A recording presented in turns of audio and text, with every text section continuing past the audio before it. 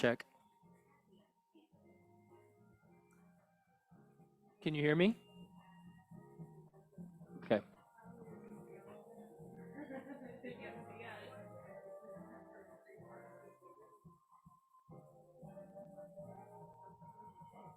Okay. Let's see here. 1, 2, 3, 4.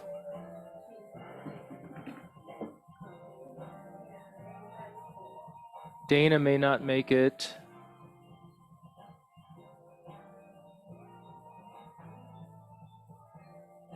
Sutra.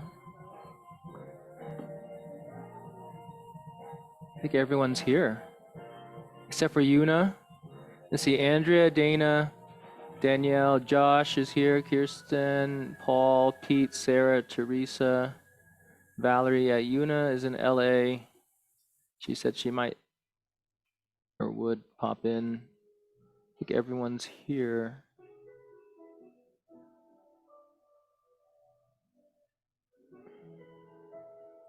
Alexa, stop.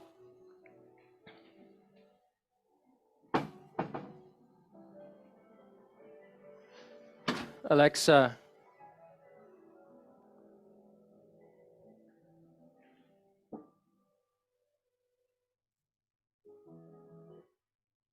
Okay. Is it 7 o'clock yet? On the dot. Welcome, everybody. Namaste.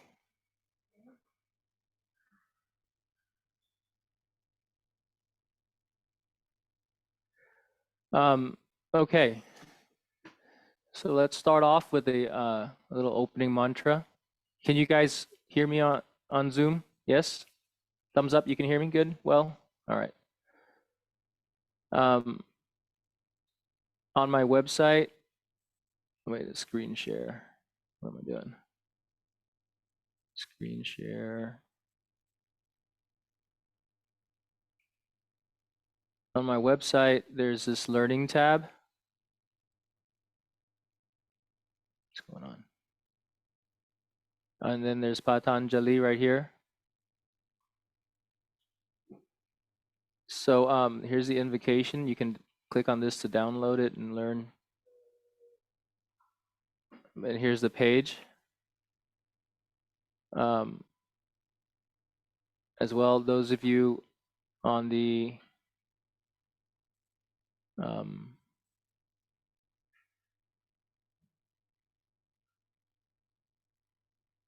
Yoga Sutra Book Club. Oh, I need to move it over. Handouts. Patanjali invocation. Here it is. Let's move it. Move it to, where are we moving it to? Not handouts. Yoga Sutra Book Club. Let's move it here. Okay, Yoga Sutra Book Club. So now everybody has access to the Patanjali Yoga Sutra invocation.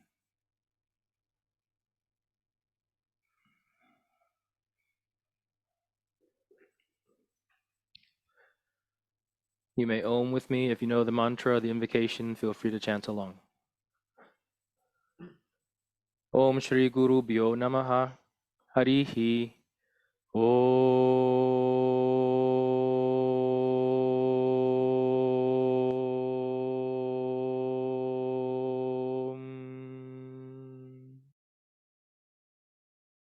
Yogena Chittasya Padena Vacham Malam Sharirasya Cha Vaidyakena Yopakarotam Pravaramuninam Patanjalim Pranjali Ranatosmi Abahu Purushakaram Shankachakra Siddharinam Sahasra Shirasham Shvetam Pranamami Patanjalim Srimate Anandaya Nagarajaya Namo Namaha Namo Namaha Namo Namaha Om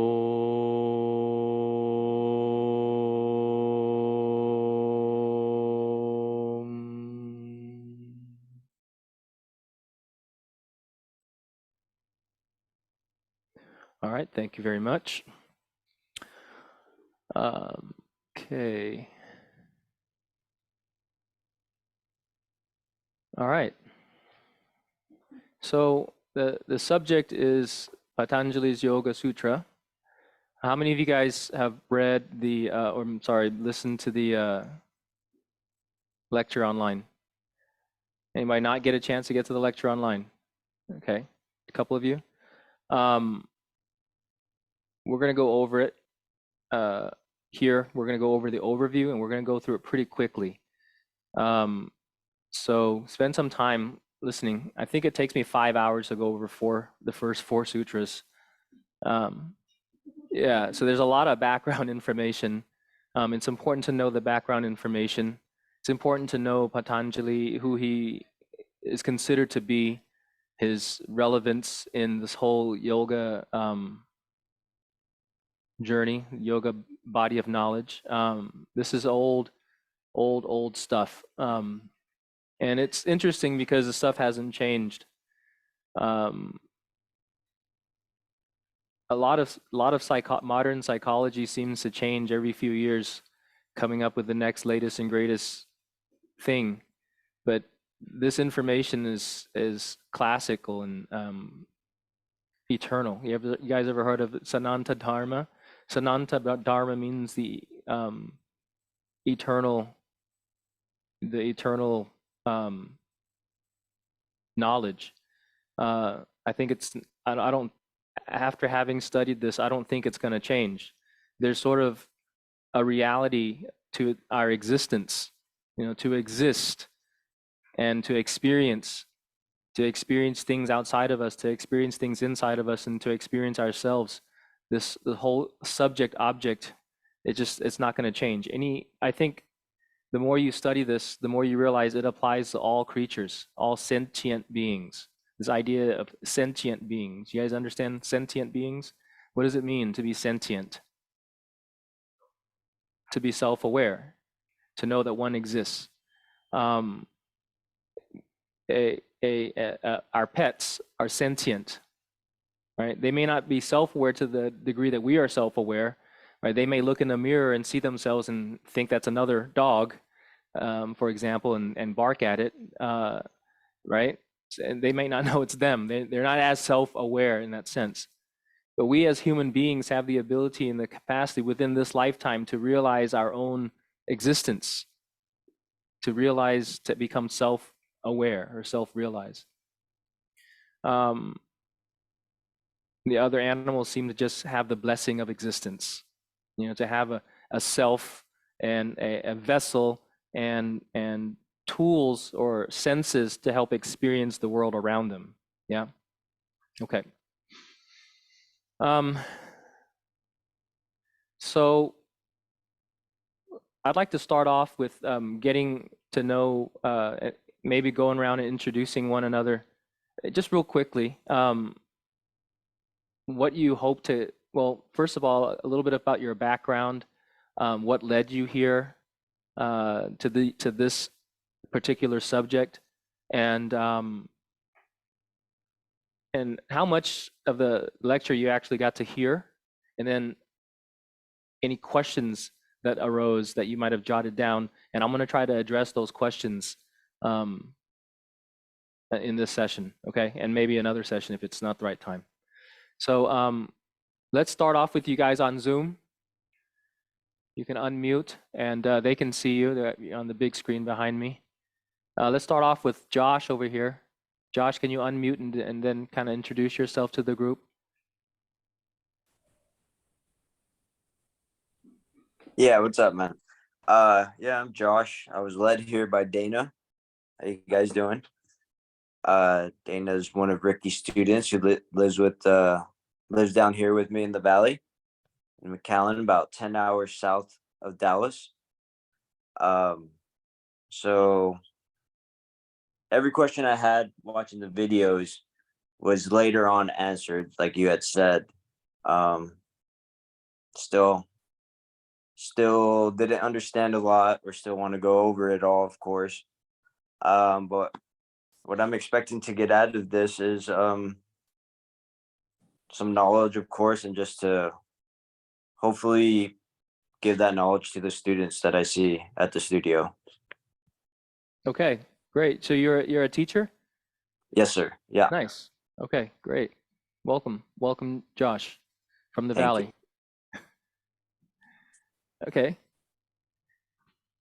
Paul? Hi, everyone. Paul Eckhart. I started studying with Ricky probably, 2015, and stopped for a while, and then got diagnosed with cancer last year and came back to Ricky and wanted to do more than just asanas, and started working on the Yoga Sutras a little bit, and have been doing that for, 5 or 6 months, and excited to be a part of the book club. And I only got through about 2 hours of the video, Ricky, but no additional questions at this time. Wonderful. Thank you, Paul. Kirsten? Hi, I'm Kirsten. I'm like pretty new in yoga. Some y'all know me now. I am wanting to get, I guess, just learn more about myself and be more confident in myself. Life changes, so trying to just be confident in myself. And then I got through about 3 hours of the lecture.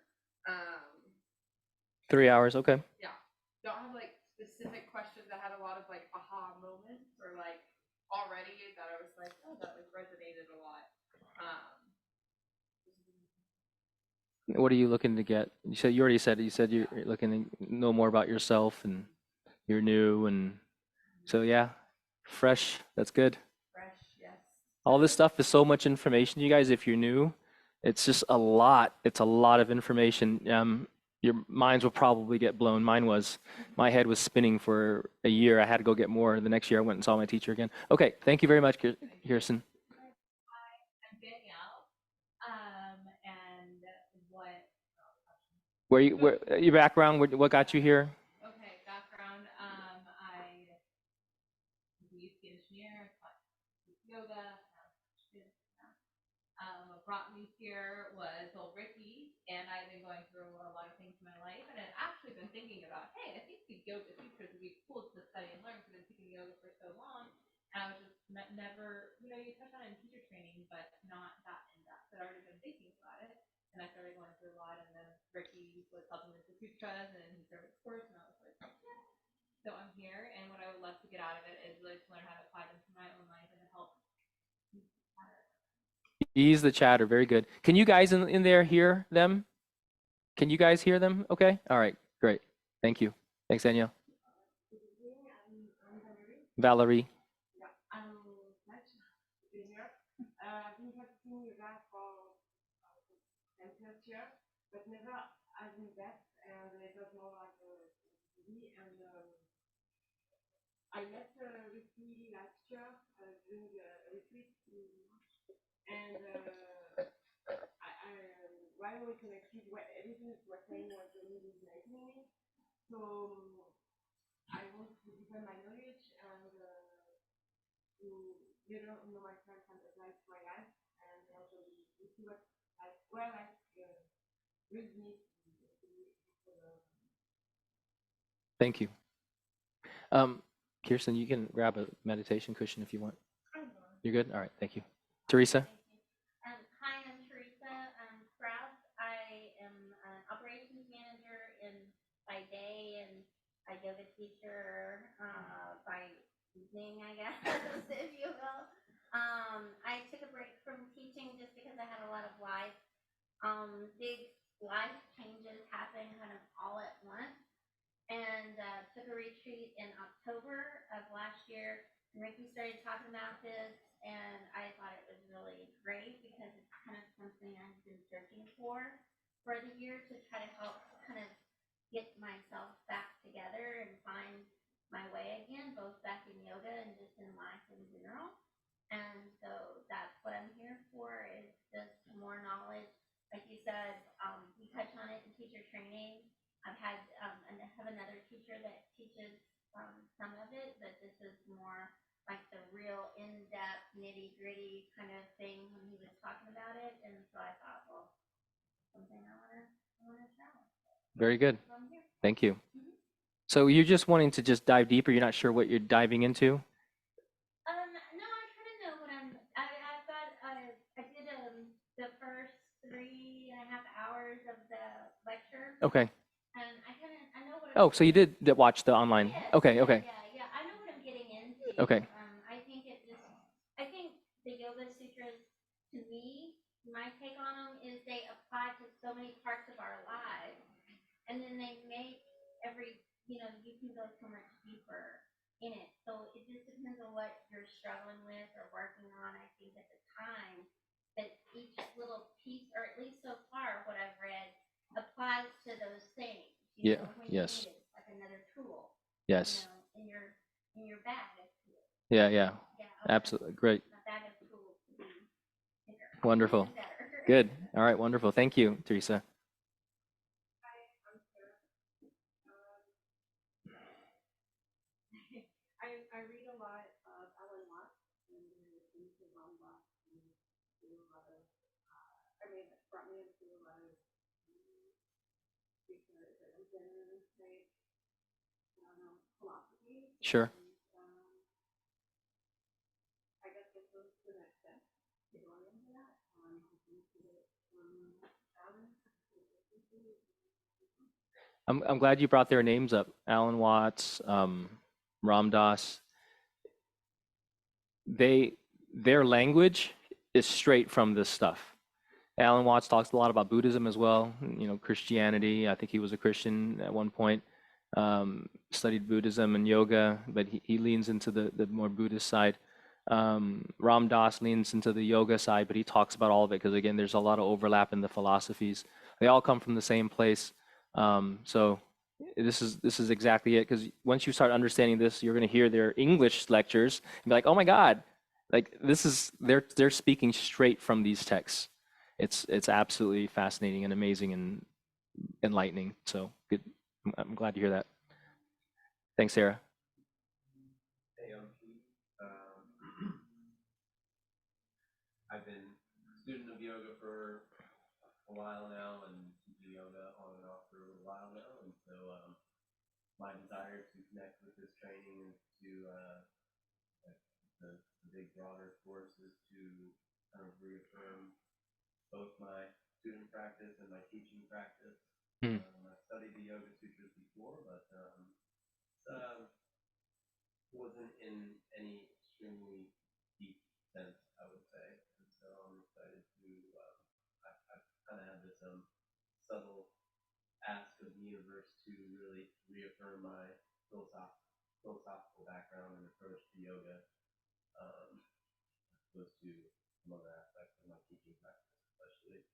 And so, open to first hour and change of the YouTube, and got into the first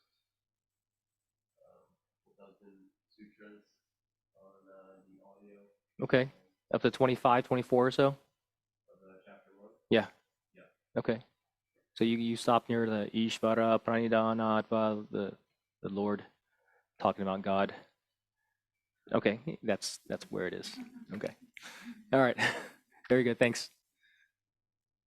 I'm Andrea, and I teach, and I guess I'm a customer support account manager by day and a yogi by night. Yogi and mom. Yeah, so actually my team is saying telling me that they just see behind me on my desk, my stuff, and they're like, what's that? Yoga Sutras? And one of them goes, Kama Sutra? No.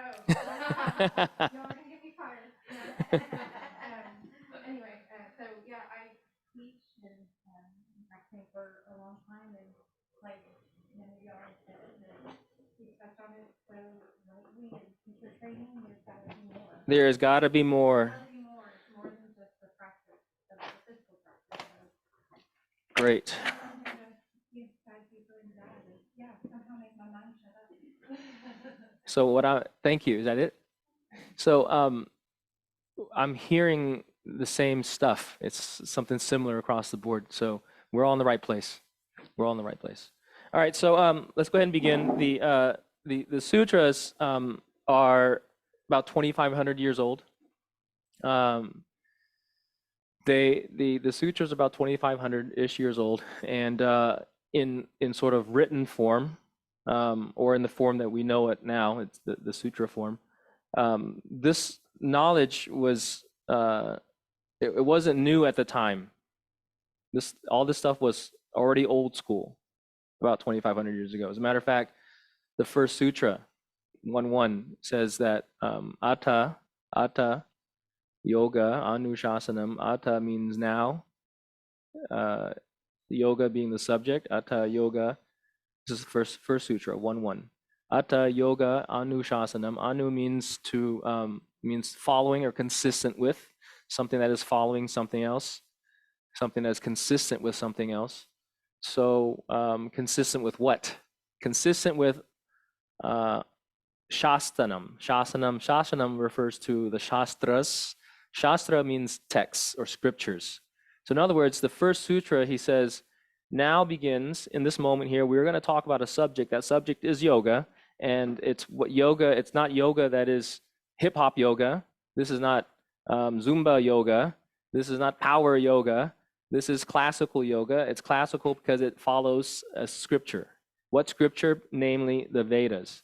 So in other words, he's taking information from the Vedas. You guys understand the Vedas? The Vedas, it's humans' oldest written religion or spiritual practice, the Vedas. Science too, as a matter of fact. So yeah, it's consistent with the Vedas, and they say the Vedas are around 5,000 or 6,000 plus years old. But no one really knows how old this stuff is because it's a shruti. It's something that's passed down orally. It's an oral tradition. So before writing was even invented, so writing like on palm leaves and cave walls and rock tablets or whatever wood. I mean, that stuff was around. Paper wasn't invented until about 2,500 years ago, 150, 250 AD. So all this stuff was handed down orally, right? So the sutras came around. Sutras were codified, put together, codified around the time that paper was invented in China. They say the paper. Some scholars say the paper was invented elsewhere, not just China. There's a theory, you guys, you might have heard this, that that humans as a whole, like our human species, we get breakthroughs or discoveries around the same time in different parts of the world. Have you heard this theory? Like like even in the science community, people like make these breakthroughs, and they are all realized by different people in different circles around the same time. So all this spiritual knowledge sort of happened. It seemed like not all, but a lot of them around the same time. Paper was invented apparently around the same time in different parts of the world, and we give China credit, or some people give China credit. So this stuff is old. It's old school. The first sutra says it. Atta yoga nushasanam. Atta now begins the exposition of yoga. Now, we are studying the Sanskrit of this stuff, and so oftentimes the translation there's loss in translation. There's a lot of essence lost in translation. And then that which is lost is then translated again to a different language, and then there are commentaries written on these translations. And so I hope you guys brought all your copies of the Yoga Sutra.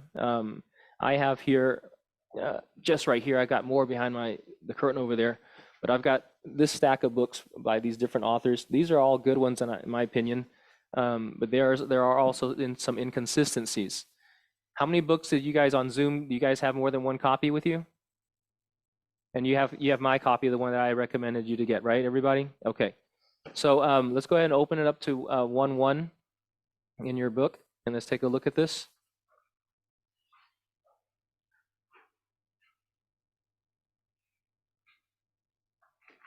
So what Everyone pull out a different book and let's go through your translation, your version.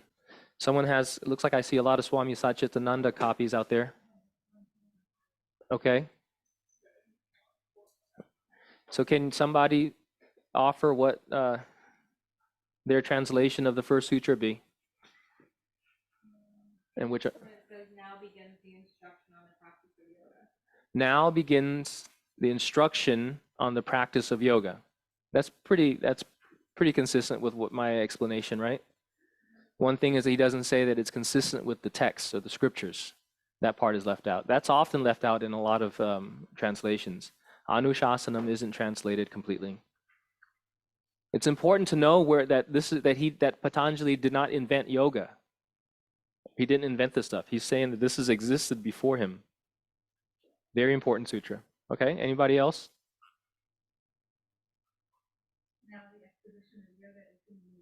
Now the exposition of yoga is being made. The exposition of yoga is being made. Yep. Now we're going to talk about a subject. That subject is called yoga. Yep.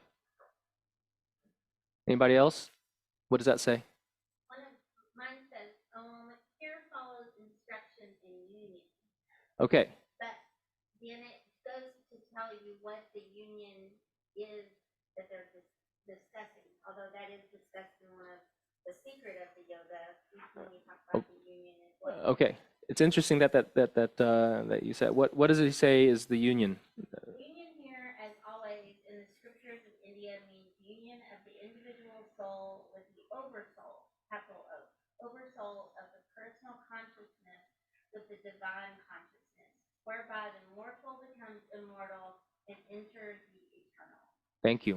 I'm gonna come back to that. Okay, very good. And then you had the other book, which is Panditji's book, right? Yeah, from Himalayan Sutra. That's the same book that Danielle just read from. Okay, very good. Anything else? Anybody else? Yes, sir. That's Barbara Miller's. Yep. Okay. This is the teaching of yoga. This is the teaching of yoga. Very simple. This is the teaching of yoga. She didn't even use the word now. Now, which is a very important word, by the way. Atta, very important and powerful word. It means now, in this moment, right now.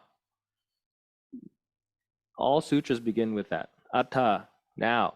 Let's bring our attention to this moment. It commands a presence. Very good.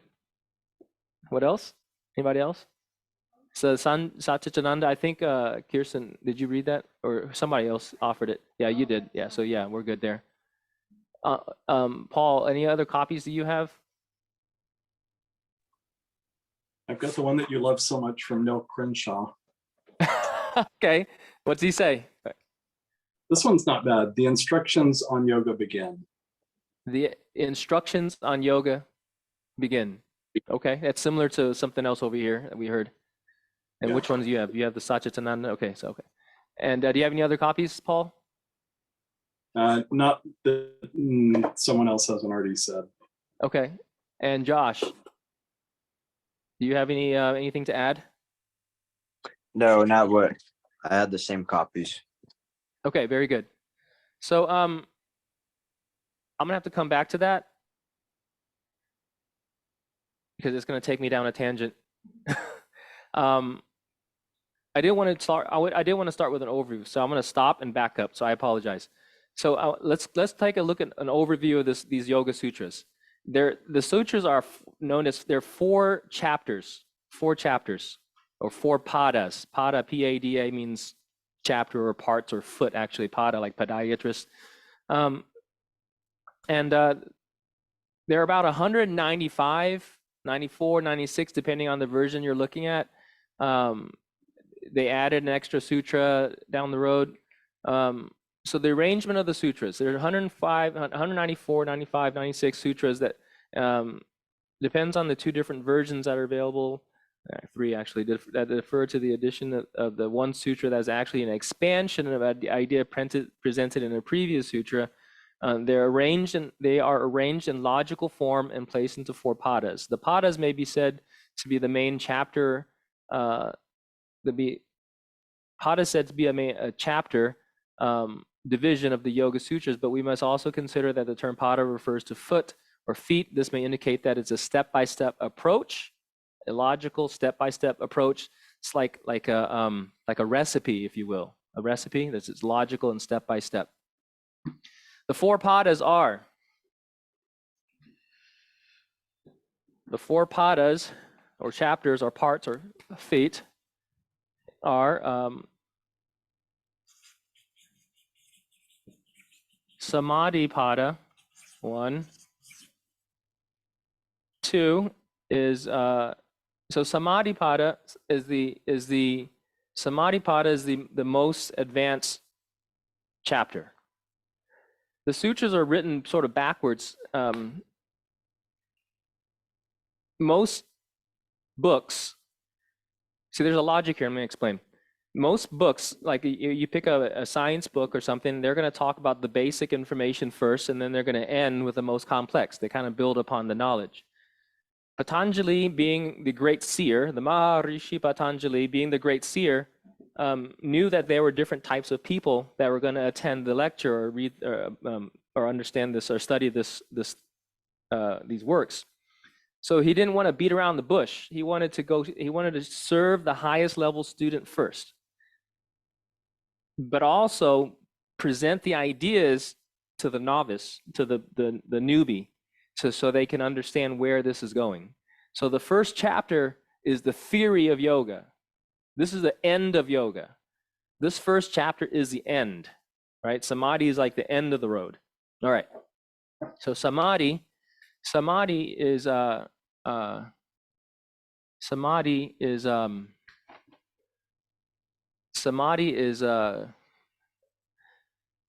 like complete absorption. You might read this, complete absorption.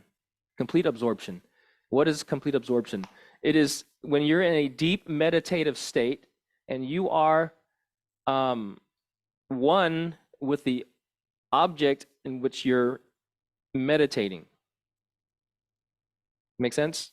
You're so, like, for example, and this is a good but not accurate example, is that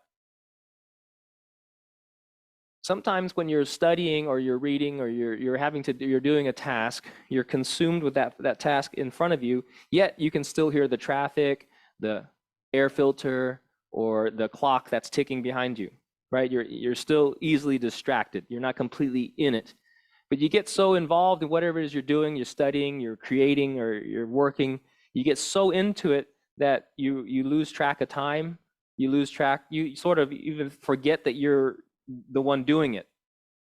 Does that make sense? You're so into it that, like, whatever book you're reading, you're in it. That's the new reality. It's like you're watching a show and you're so in it and you think it's real. It's very real to you. And then you snap out of it, or it's like too scary. You close your eyes and you have to get out of it. And you're like, oh man, that's just a movie. That type of absorption is like samadhi. It's not really samadhi, but it's like samadhi, where you forget yourself in whatever it is you're doing. Make sense? This is samadhi. Again, it's more refined than that, but that gives you an idea of the experience that I'm talking about, samadhi. Second chapter is called Sadhana Pada. Sadhana means spiritual practice. Sadhana. Everyone say samadhi. Samadhi. Everyone say sadhana. Sadhana. Yes, sadhana means spiritual practice. So the first chapter being theory, the second chapter talks to everyone else, to people who are not natural born yogis that can do samadhi without practice, right? The first chapter is written for the natural born yogi. They're able to read the first few the sutras and go, oh yeah, I get this. It's easy. I can enter samadhi. I know what concentration is. They have total control of their minds. Whereas for the second chapter, for the rest of us, we need practice. We need to do the work to get there. And the second chapter is written for people like you and me. All right, it's the chapter on practice. So this is the theory. This is practice. All right. Third chapter is Vibhuti-pada. Vibhuti-pada means special skills or extraordinary existence. It means becoming extraordinary. Because when we practice yoga, we're no longer ordinary, right? It's like the Matrix. You have everyone else who are stuck in the Matrix. They don't realize they're stuck. If you haven't seen the movie with Keanu Reeves, go watch it. It'll make more sense. But it's being in the Matrix and you're not realizing you're in the Matrix. And not only that you don't realize that you're in the Matrix, not in the Matrix, you don't realize that you're in the Matrix, you don't realize that you can't get out of it. Right? First, you have to realize you're in a prison before you can break out of it. And so ordinary people don't realize they're in a prison. Does that make sense? It's kind of like talking to fish about the ocean. They don't realize they're in the ocean. It's just what they know about, right? It's the Matrix.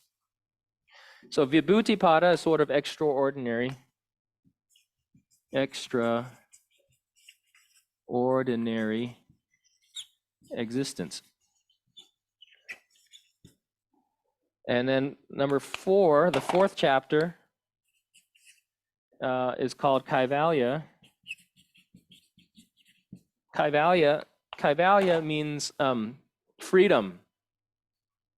Kaivalya means freedom. Freedom. But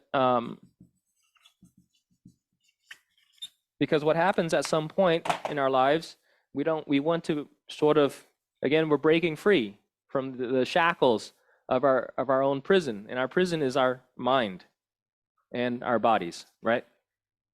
We're like stuck in this vessel, if you will, in this sort of holodeck, this illusion, okay?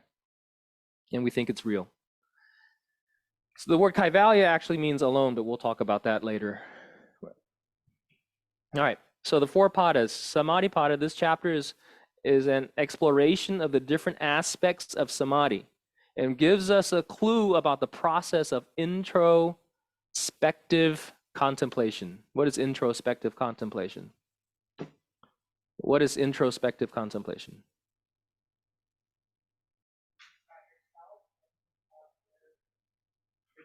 Thinking about yourself, thinking about your thoughts. Anybody have anything else to add? It's an inward journey. Yeah, it's an intro. It's an inward journey. So, since we're born, and the first thing we do is we want to go out into the world. We open our eyes, we hear things, we smell things, we taste things, we feel things, and it becomes this sort of exploration of all that is outside of us. And that goes on for quite some time until at some point in our lives, we experience enough pain usually, and that pain leads us to seek something else, and that's to look inward. When all the things that we thought were going to give us happiness and fulfillment outside of us don't give us the things that we want, then we start to go inward. Typically, is what happens. And so, yeah, yoga is a journey inward, introspective contemplation. Sadhana pada, this chapter lays out the path of yoga practice in the form of Bahiranga sadhana. Bahiranga sadhana, this word comes up later. Bahiranga sadhana through the first 5 limbs of Ashtanga yoga. What is Bahiranga sadhana? Bahiranga sadhana means external practice. External practice. Yoga is comprised of 2 types, or 2 forms, the visible and the invisible. The first 5 limbs, 4 really. 4 limbs of yoga are external practice. The 5th limb is the sort of gateway to the internal. And then Vibhuti, this chapter deals with the Antaranga yoga. Antaranga is internal, the internal yoga, and it also details, remember this is extraordinary, right? Vibhuti is extraordinary. It details siddhis. You know what siddhis are? Siddhis, S-I-D-D-H-I, siddhis. Powers or psychic abilities, psychic abilities, extraordinary powers. You know, we hear stories all the time of these saints having extraordinary capacity to do things, right? Extraordinary things. So details the cities or the psychic accomplishments that may be attained through the practice of samyama. Samyama is another way of saying samadhi. Samyama means total control of one's mind in various aspects, on various aspects of the universe. All right. By contemplating on various aspects of the universe, we develop specific powers, which he lays out later in chapter 3. Excuse me. And then chapter 4 in Kaivalyapada, the last chapter, Kaivalyapada, this chapter deals with the attainment of the highest state, liberation that ensues when we finally go beyond the kleshas or the afflictions, that which causes pain, and the karmas are action and reaction intertwinement. It seems like we get lost in this cycle of act and consequence, action and consequence, action. It's an ever flowing. I mean, it's like an infinite. I mean, it's not infinite, but it's high up there. It's unimaginable to my mind, at least, how much karma is constantly being created moment by moment with all the creatures on this planet, just this planet alone. Then we have extraterrestrial things that happen, energy from stars and celestial objects that also affect us. There's a lot of karma. It's unfathomable how this works, but once you understand the idea of this law of karma, it makes a whole lot of sense. And then, of course, yoga talks about how to free ourselves from this intertwinement of karma, right? At some point, we have to deal with the tidal wave of consequences of our actions, don't we? It catches up to us. I mean, you watch the news. I watch the news and I'm like, I see stories of people's karmas catching up with them decades later. You see it all the time. It's karma. They made these choices a few decades ago, and finally it catches up to them. Happens all the time. It's always presented in the news. You know, a lot of people say, well, karma's a bitch. Karma's punishment. Karma's not a bitch, and karma's not punishment. It's just consequence. I was talking to Star the other day about karma. I was like, she goes, I don't like consequences. I hate consequences. I go, but do you like rewards? Yeah, she goes, I love rewards. I go, that's a consequence. You did? I know. It's okay. I forgive you. You should forgive yourself too. Okay.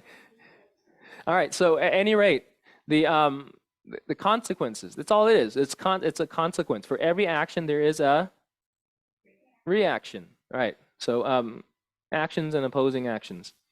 So Patanjali has arranged all the sutras in deductive and logical manner with numerous cross-references to various important concepts such as the kleshas, afflictions, karma, antaraya, siddhis, gunas, etc. All right. So overview of the first chapter, and then we'll go through. Okay.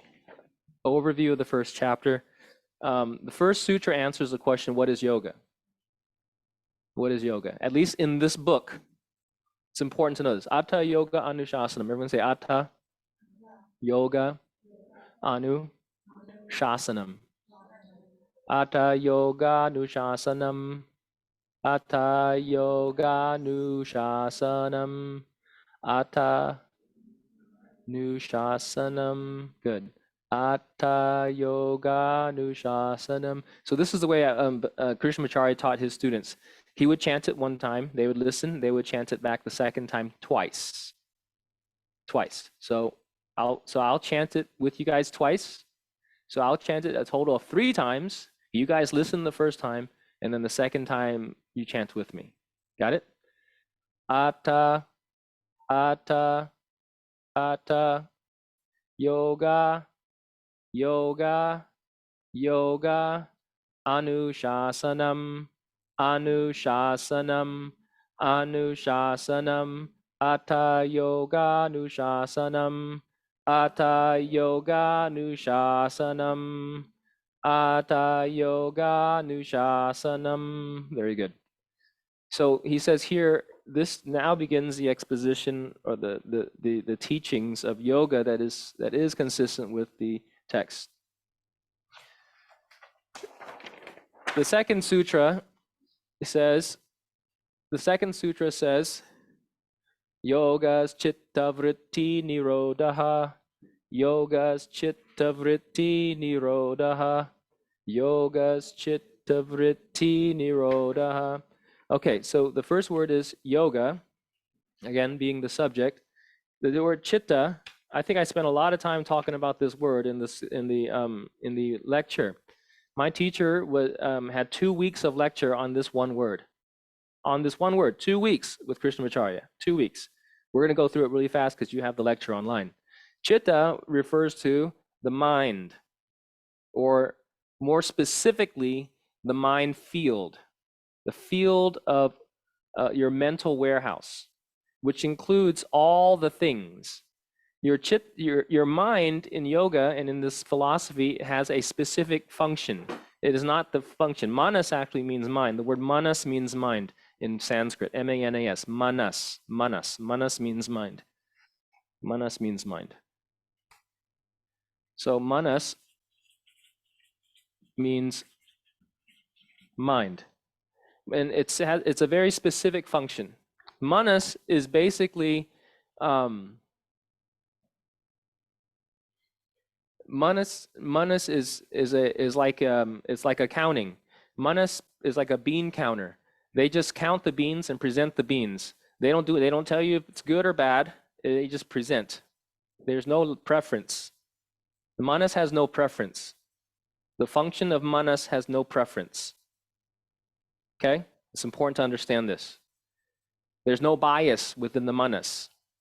And there's no bias within the manas. It's just presenting information. The chitta, on the other hand, chitta is sort of, this is chitta. This is your chitta. It's like your mental, it's your mental warehouse. And the manas is inside the chitta. So manas is in here. What I'm sharing with you now is not in the Yoga Sutra. This is actually in Vedanta. It's from another philosophy. It explains the mind as well. They explain it in a little different way. This is because you're not going to see the word manas. You'll see manasya in some of this, but he uses the word chitta versus mind for a specific reason. Okay, so manas being the bean counter, within the mind, there's also this idea of intellect, higher mind. There's a part of your mind that does have preference. I guess it's not really as much preference as it is discernment. You understand the difference between preference and discernment? Preference and discernment. What is preference? Preference is I like or I don't like. Right? I like or I don't like. Discernment is this is different from the other. This is different from the other. It's basically judgment. Judgment and discernment are the same thing. But judgment can be discerned several different ways. So let's not use the word judgment at this point. Let's call it discernment. So the ability to know the difference between this and the other, for example, as a kid, as Star is growing up, she needs to learn discernment between what is safe and what is unsafe. This is safe to eat. This is not safe to eat. It is safe to cross the street. It is not safe to cross the street. Understand? This is discernment that we learn at a very young age, this type of discernment. I think the first discernment that we learn is who am I versus who is not I. Who are you? I Thar. And everyone else is not Thar, right? So, right. So this is sort of our first discernment this is also known as the first ignorance. The first ignorance. So we're taught at a very young age, right, to identify with something that is not really us. Star is just a name. It's just a name. It's not who you are, but that's what we believe to be true growing up. So then it causes a whole cascade of events that leads us to where we are right now. So manas. So manas, there's buddhi. Buddhi, B-U-D-D-H-I. Buddhi means intellect. This is the intellect part of the mind. Intellect. This is the discerning factor within us. As a child, we are very hedonistic. You guys know that word hedonistic. What's a hedon? Self-pleasure. Just wants to please the self. And that's a function of the ego. the ego, and that's another part of the mind. We call that the ahamkara, or well, we'll call this ahamkara or asmita. This is the ego. It's actually ahamkara, but I'm throwing the word asmita too, because asmita comes, it's similar. Anyways, we'll talk about that later. So then there's this ego. Ego has preference. I like and I don't like, right? I like and I don't like. You have an experience, and it's positive, so you want more of it. You like it. You have an experience and it's negative. You don't like it. You don't want more of it.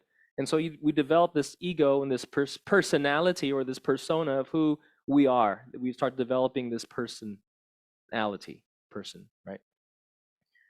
And then there's another part of the mind, this chitta, that remembers. It has an experience and it catalogs and files, and this is called smriti or memory.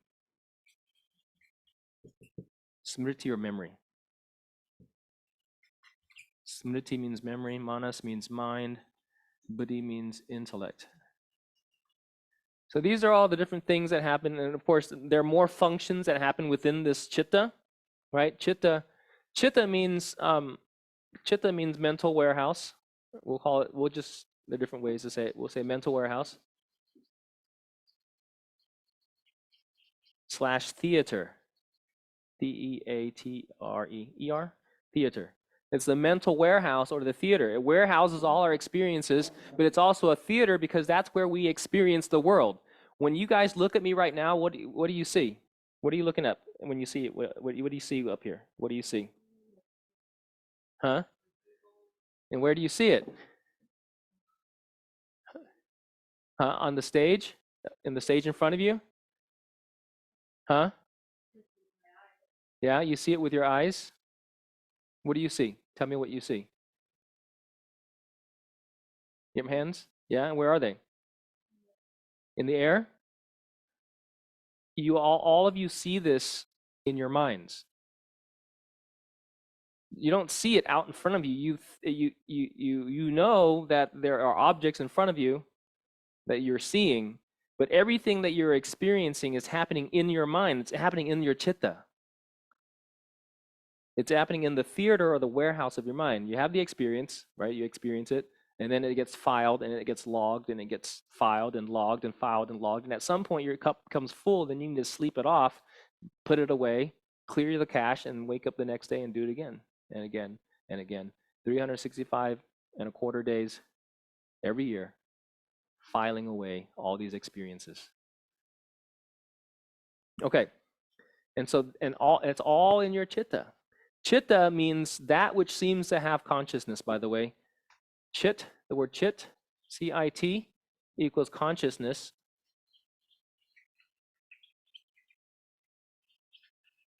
And chitta equals, it's conscious, it's like consciousness. So does our chitta and chit the same thing? No, it's not. Any of your books translate chitta as consciousness? Yes, some of your books translate chitta as consciousness. Look at the Swami Satchitananda book. I think he calls it consciousness. So I want to impress upon you guys at this point moving forward that chitta and chit are two different words. If you see a translation, you have to see, I'm giving you the answers up front. You have to have discernment and know the difference between these things. The reason for all our suffering is because we don't know the difference between these things. We use these things and these ideas interchangeably. Our buddhi has not been sharpened enough so that we can't tell the difference. And when you can't tell the difference, you get lost in the illusion of your experience. To develop a sharp mind that wakes up to the reality, like Neo's mind, for example, wakes up to the reality that he's in a hologram, a holodeck, that seems very real. It's very convincing, isn't it? The matrix is very convincing. But once you realize, is it air that you're breathing? Right? Is it really real? Or is it a figment of your imagination or your mind? So once you realize this, then you wake up. You develop You're buddhi. In other words, you become a Buddha. Buddha means one whose intellect has awoken. That's all it means. One whose intellect has awoken. Awoken to what? To know the difference between what is real and what is not real. Okay, we'll continue. So yes, so chit means consciousness. Chitta is that which is, chitta refers to the mind stuff. I think Swami Satchitananda calls it mind stuff somewhere in there, right? All right. But then he might use the word chitta and call it consciousness. Mind and consciousness are not the same. Mind and consciousness are not the same, and this is the confusion that everyone has. I saw a YouTube this New York best-selling author wrote a book on consciousness, and I'm listening to her talk. Within the first few minutes, I'm like, she has no idea what she's talking about, because she's using mind and consciousness interchangeably. You are aware of your mind. Your mind is not aware of you, isn't it? You are aware of your mind. If your mind is not functioning, like in a state of sleep or whenever you have a really blissful experience where you lose your thoughts and you have no thoughts, your mind is gone, but you didn't disappear, did you? So therefore, you're not your mind. It's logical, right? If the mind shuts down and you're not dead, then you're not your mind. Okay? Okay. So right. Chitta. So right.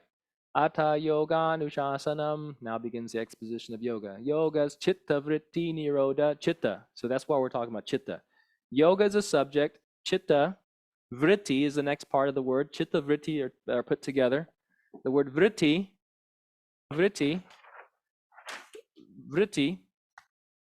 So chitta and then vritti. V-R-T-T-I. Vritti. Vritti means, what does vritti mean? Activity. Which book? Okay. Vritti, activity. Okay. Yeah, activity or action. Vritti means activity or action. Action or activity. Yeah, same. I'm sorry? Turning. Barbara Miller says turning. The turning of the mind. Turning. Is turning an activity? Yeah, it's an activity. The turning of the mind.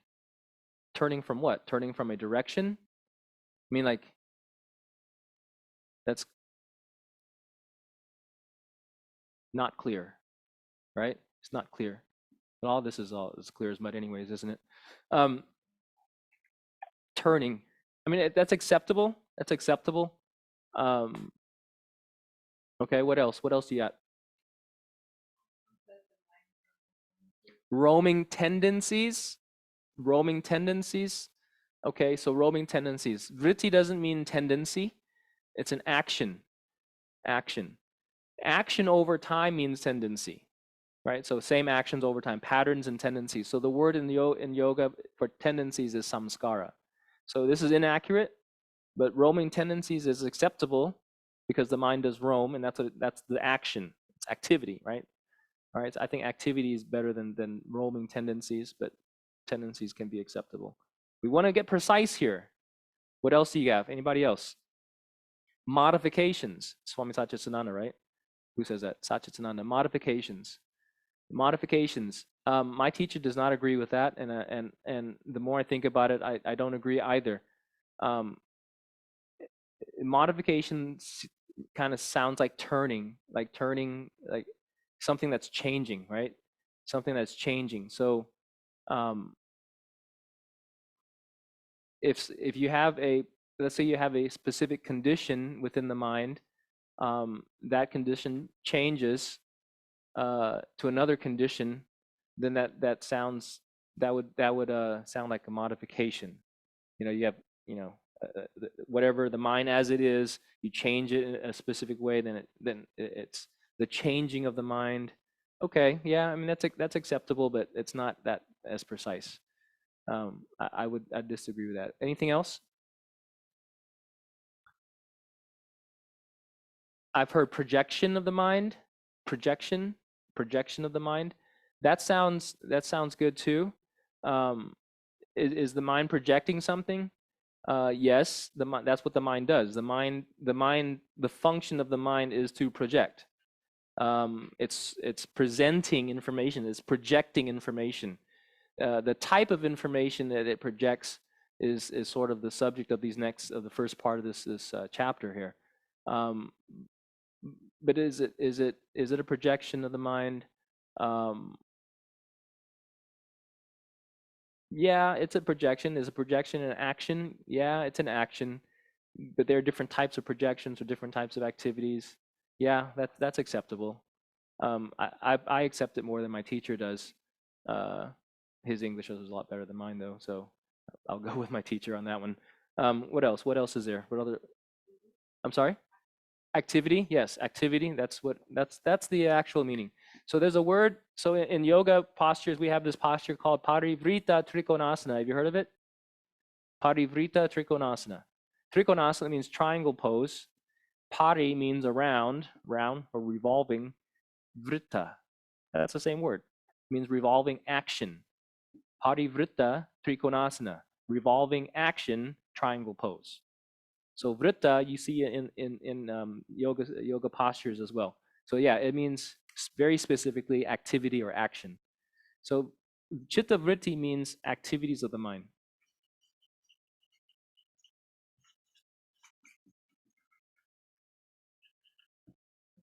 Activities of the mind. Chitta vritti. So the sutra says yoga, chitta, vritti. So yoga is the activities of the mind, nirodha. Nirodha. What is nirodha? What is nirodha? Ni means nirodha. Nirodha means we'll say it means null. What does null mean? Null. Null. Void. Devoid of. Right? Without. Ni means without. Ni means without. So nirodha means without activities. So in other words, no activities. No activities. Yoga is when there are no activities in your mind. Zero activities. Not a little bit. Nothing. Absolutely nothing. So, in science, we have different ways to measure the movement of molecules. It's called temperature, right? The faster the molecules are moving, the higher the temperature. Y'all with me? We can measure it in Kelvin, I'm sorry, Celsius, in Fahrenheit, and we also measure it in Kelvin. You ever heard of Kelvin? And there are other units as well that we measure in different parts of the world, but Kelvin measures it to zero. Like water freezing is like 0 Celsius, is that right? 32 Fahrenheit, right? Okay, so but you can go -0. You can go, like I've been in New York where it was -25 degrees, right? So and I'm sure it gets colder in other parts of the world. So it goes down really low, but you cannot get a negative Kelvin. So Kelvin goes down to 0 and that's it. So 0 Kelvin is absolute zero. It's also actually known as absolute zero. And they say that it's pretty rare to find this, and probably the only places you can find this is in deep space, where there's absolutely no light, there's no movement whatsoever. Yeah? So cold. When your mind reaches that state, that is called chitta vritti nirodha, where there's absolutely no movement, no turning, no roaming tendency, no activity of the mind whatsoever, no projection. There's absolutely, completely quiet. Have you ever heard of these quiet rooms where something you might have told me, they mentioned this before. I don't know who I talk to about these things, but there are these quiet rooms where it's completely quiet and people can't stay in there more than an hour because it's too quiet. Have you heard this? So that's the idea. That's when your mind gets that quiet. There's absolutely no sound. There's no colors, no visions, no scenery, no thoughts, there's no voice. It's absolutely quiet. That is yoga. So he is saying he did not say anything about union here. There's no union. As a matter of fact, he never uses the word yujir in this whole Yoga Sutra. He doesn't. Yoga is defined several ways. Yoga is defined several ways. As a matter of fact, it's in another text. It's in another text, not the Yoga Sutra. It's another text. The text is called the Yoga Yagnavalkya.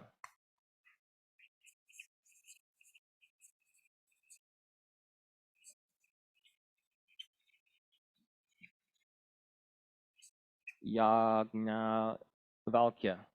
This book, written by Ishvara Krishna, is a dialogue between a yogi and his student. And the student's actually his wife, but she's asking him questions about yoga, and he's explaining to her in this dialogue. And this is the book called Yoga Yagnavalkya. So she asks him, what is yoga? And he says, yoga is the complete union between the individual soul and the supreme soul. The jivatma, jiva means individual soul, atma means soul, and the paramatma, para means supreme, atma means soul. So in sam yoga, sam, same means total, yoga means union. Sam yoga comes from the word yujir, or unite, to integrate. Sam yoga, jivatma and the paramatma. So that's not even in the Yoga Sutra. This is one definition of yoga. Patanjali doesn't say this is yoga, this is union yoga. He says this is samadho yoga. So samadho yoga means the yoga of concentration. Concentration. How can you get your mind to quiet? You have to learn to concentrate. So, but in the state of concentration, you can get absorbed in the thing that you're doing. You get absorbed in the thing that you're doing. So the object and the subject become absorbed. But that's like lower level samadhi, which he gets to about the 40th sutra in there, mentions it. Anyway, somewhere in there. But that's a lower level samadhi. The highest level samadhi, there's no object. The yogi becomes so quiet through concentration that you get to see what lies beyond the mind. If the mind isn't doing its thing that it normally does, projections, turning, roaming, whatever it is that it's doing, when there's none of that, then you can be conscious of consciousness. You're no longer conscious of the mind. You're conscious of consciousness itself, which is the essence of our existence. To exist and to know that we exist, to have an experience where we are the subject and everything else is the object, is the miracle. Problem is, we get lost in the subject object. We think that I am the object and forget that I am the subject having the experience. That make sense? Like this fly right here, it's having an experience as well. It had the experience, I'm going to fly off his arm, but it's gone now. But that thing also it's sentient. It has the same stuff that it loves. It has fear. You try to swat at it, it's not going to be like, here, kill me. It's sentient. It has a fear of death, just like you and I do. It doesn't want to cease from existing, but it has a janma, or a lifespan just like any of us. And then when that lifespan ends, its consciousness, its essence, moves on from its body. Okay, and this yoga is sort of a roadmap in how to have that experience. Okay, how to have that experience of self. Okay. So Sutra 1.2 says, Yoga chitta vritti nirodha. Yoga is the cessation of all the mental activities within oneself. It's a cessation. But how many times can you have that experience in your life? Most people are born and die and never have a moment of mental quietude. Not long enough to have realization, right?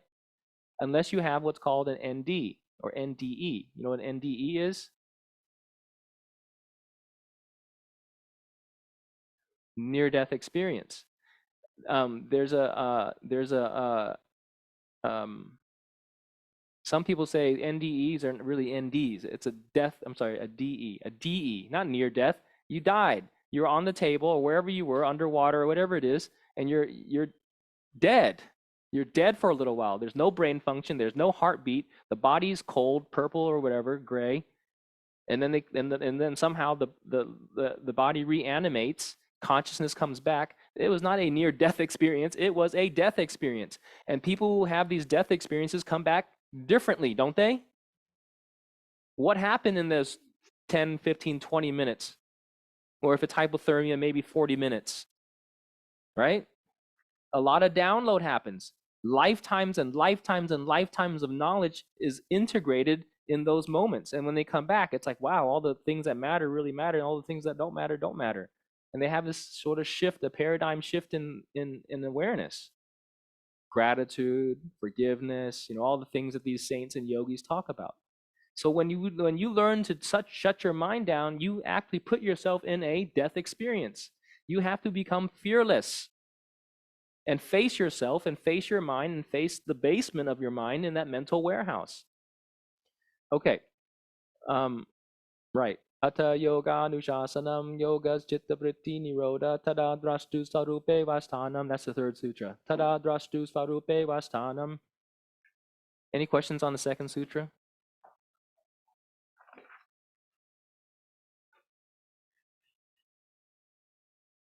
Okay. Good. Zoom folks, good? So Atha yoga nushasanam yogas chitta vritti nirodha tada drashtu sarupe vasthanam. Tada means then. Ta-da! It's magic. It's magic. It's the language of magic. Abracadabra is Sanskrit as well. Okay. So tada, then, tada drashtu svarupe vastadam. Tada drashtu comes from the word that means seeing, to see, to see. Drashtu means one who sees, the observer within you. Tada drashtu svarupe. Sva means self. Sva means self. We're on the third sutra. Sva means self. Sva means self. Tada drashtu sva. Rupe means form. Rupe, R-U-P-E, rupe means form. Tada drashtu sva rupe, one's own form. Avasthanam means to be established in, to be rooted in, to be established in one's own form. So in other words, when your mind is completely still, when you're able to have the experience of absolutely no thoughts, no impressions, no emotions, no humanly experience, when you can transcend the human experience, in other words, transcending the human experience, then the observer within you becomes established in one's own form. In other words, you become self-realized. You realize your true essence. Who am I? The answer of who am I is answered. Who am I? I'm not my body, not my mind, but something divine. Not my name, not my possessions, not my zip code, not my preferences, not my dislikes, not my hatred, whatever it is, not my pain, not my sorrow, not my disease, not my diagnosis, not my relationships. I'm none of these things. So then what am I? Right? What am I? So you have this experience of what you are. Tada drashtu svarupe vasthanam. One's own form. Svarupe, one's own form. You realize your form. Understand?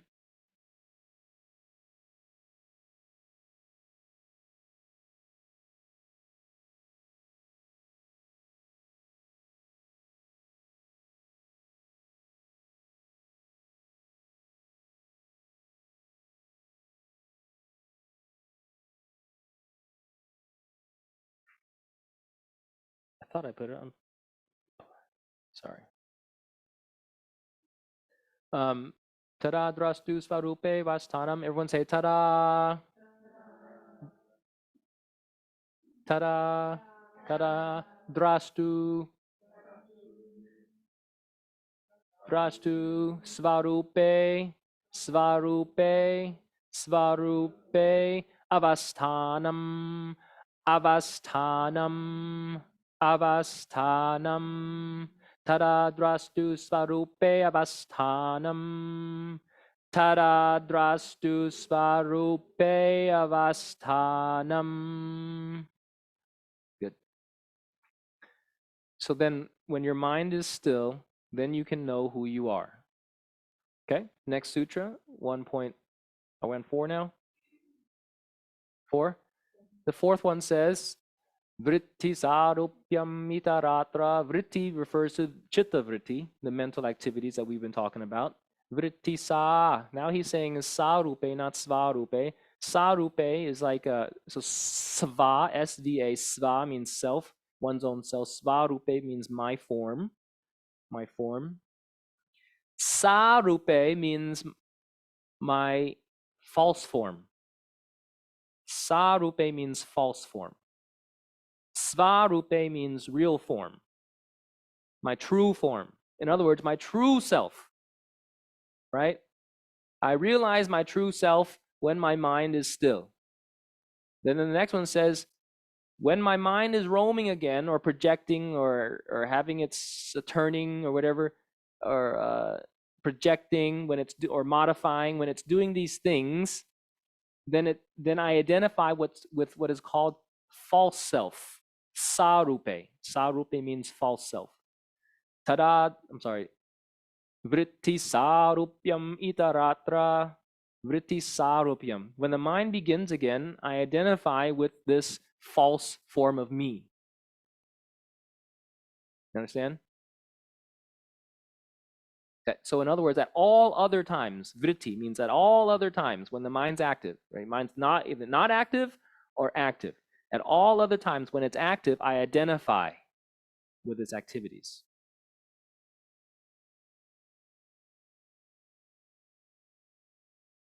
Okay? Vritti sarupyam itaratra. Vritti sarupyam. Vritti sarupyam itaratra. Itaratra means at all other times. Sarupyam, the seer appears like the chitta, takes the form of the mind's activities, not to be distinguished. Okay, I'm going to turn this off. Sorry, guys. Leave me alone. Why are you texting me, Star? I'm in the middle of a lecture.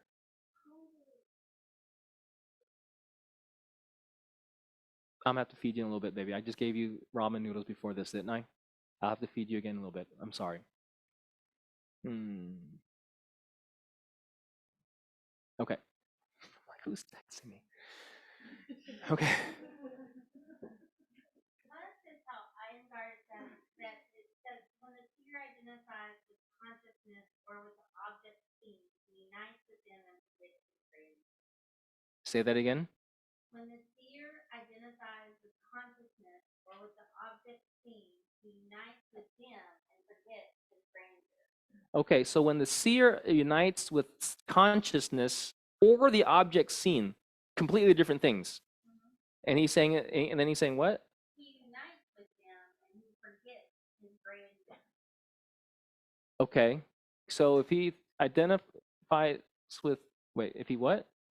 When the seer identifies with consciousness or with the object seen, he unites with them and forgets his grandeur.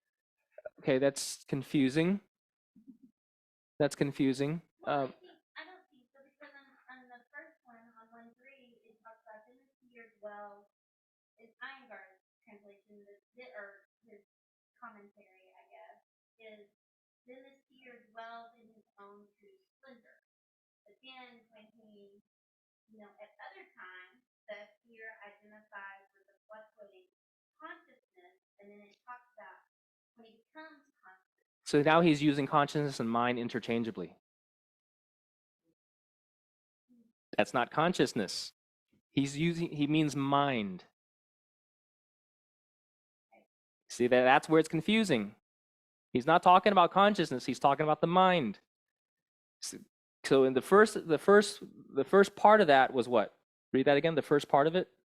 On 1.4? Whatever commentary you were reading. Yeah, when the seer identifies with consciousness or with the object seen, he unites with them and forgets his grandeur. What's the object, though? Consciousness is not the object. Consciousness is the subject. I am the consciousness. I am aware of the object.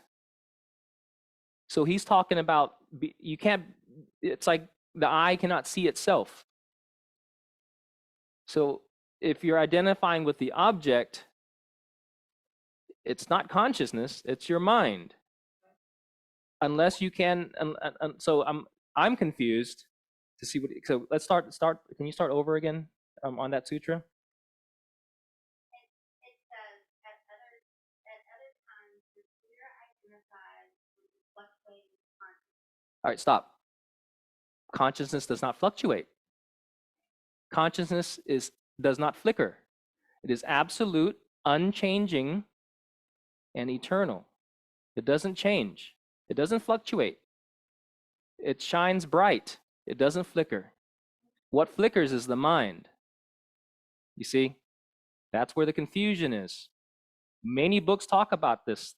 I mean, many books write, the authors, they will write, I don't know if it's them or if it's the editor or what, but consciousness and mind are two different things.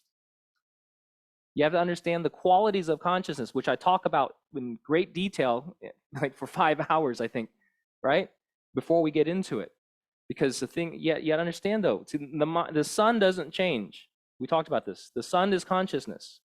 It may be behind the clouds, but it's the same. It's bright, it shines the same. The moon changes every single day, goes through a, what, 28, 29-day cycle, whatever it is, 30 days. So it always changes. This is the quality of the mind. The projector light is you. The projections are the result of the mind. The mind is the projector. You're the light. You're not the projector. This is where all these books, they confuse people. Consciousness is not interchangeable with mind, which we're going to see in these books all the time. I'm like, that's it's wrong. Okay, so yes. What else? But keep going. Let's examine this a little further. This is good to examine. All right. So is it the light on yoga? Yes. All right. So I have that book right here. What page are you on? Page 53. Page 53. Let's examine this. We're going to page 53, 36. I need my readers. Okay. The consciousness. Okay. Wait, I'm sorry. What you said? 56? 53. I'm sorry. 53. All right. 53. Vritti sarupyam itaratra. Right. At all the time, when the seer identifies with consciousness or the objects seen, he unites with them and forgets his grandeur. What is his grandeur? His grandeur is his ego, self, his personality, right? It's the me, my, mine, my highness aspect of who we think we are. When the seer identifies with consciousness or the object seen, he unites with them and forgets his grandeur. I don't agree. Well, he's describing samadhi right here. So if I identify with consciousness, then I've retrained my mind to know the difference between what is real and what isn't real. Consciousness is real, everything else isn't. So the way we look at this is, what is real is something that doesn't change. What is real is something that doesn't change. What is real is true. Truth doesn't change. If it changes, it was never true to begin with. If it changes, it was not true to begin with. So therefore, there is a reality that is not dependent on the subjective reality, right? My subjective reality can change from day to day. But there's an absolute reality, a reality that doesn't change, the highest reality. And that's what this is all about, is figuring out what is this highest reality. This highest reality is the unchanging aspect of nature. Nature is always changing, but there's one thing that doesn't change. What is that one thing? Consciousness. It doesn't flicker, it doesn't dim, it shines bright. The light of awareness remains constant through the beginning, middle, and end of time.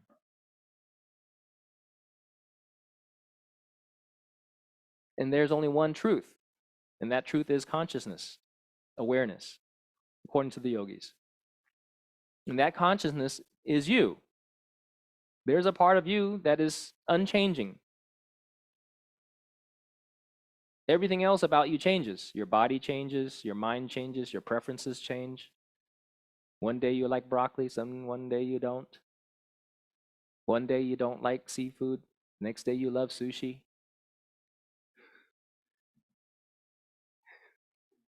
Right? Preferences change. Manas is always changing, like the moon.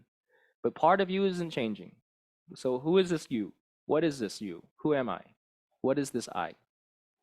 Here he's saying, so when the seer identifies with consciousness, which means he's gone past this chittavritti thing, and now he's in this state of consciousness, and then, or with the object seen, So let's say this is the object seen.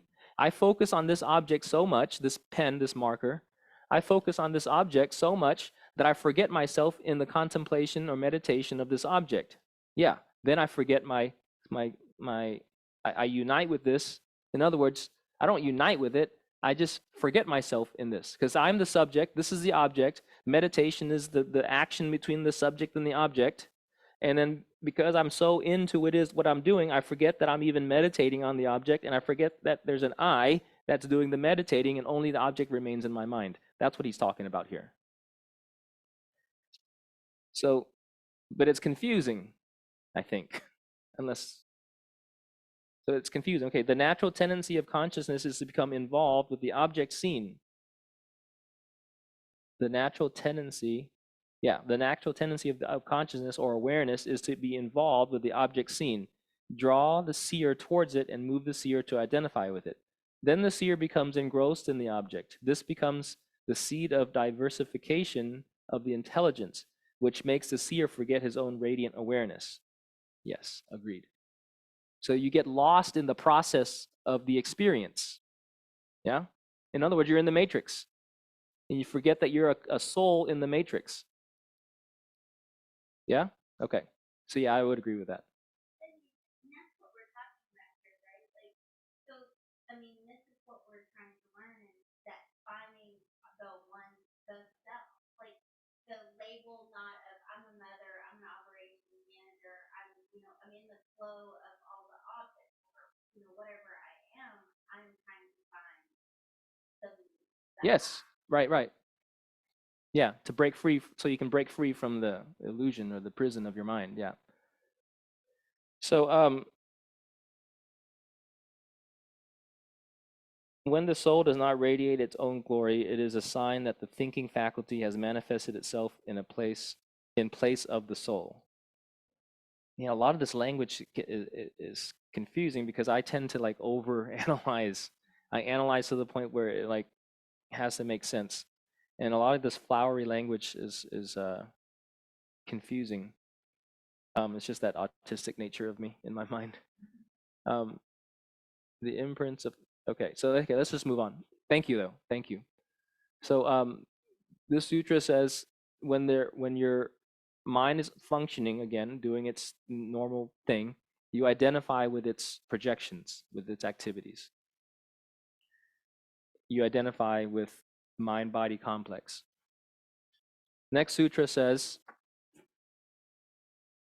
okay, so that's actually all of yoga right there. The first 4 sutras, that tells you all of yoga. If you can do this, you don't need the rest. You don't. If you can stop your mind and realize who you are and know that when your mind is going again, you're living in illusion, that's all there is to it. But the problem is we can't do it. So we have to understand further. So the next set of sutras we're going to talk about, but let's examine our books. So we talked about the first sutra, the second sutra, the third sutra. Have we examined that? Have we gone around and examined that one and compared? Third sutra, did we? Okay, and then the fourth sutra. So you shared yours. I talked about it, but have we looked at the versions? What does your book say? Yeah.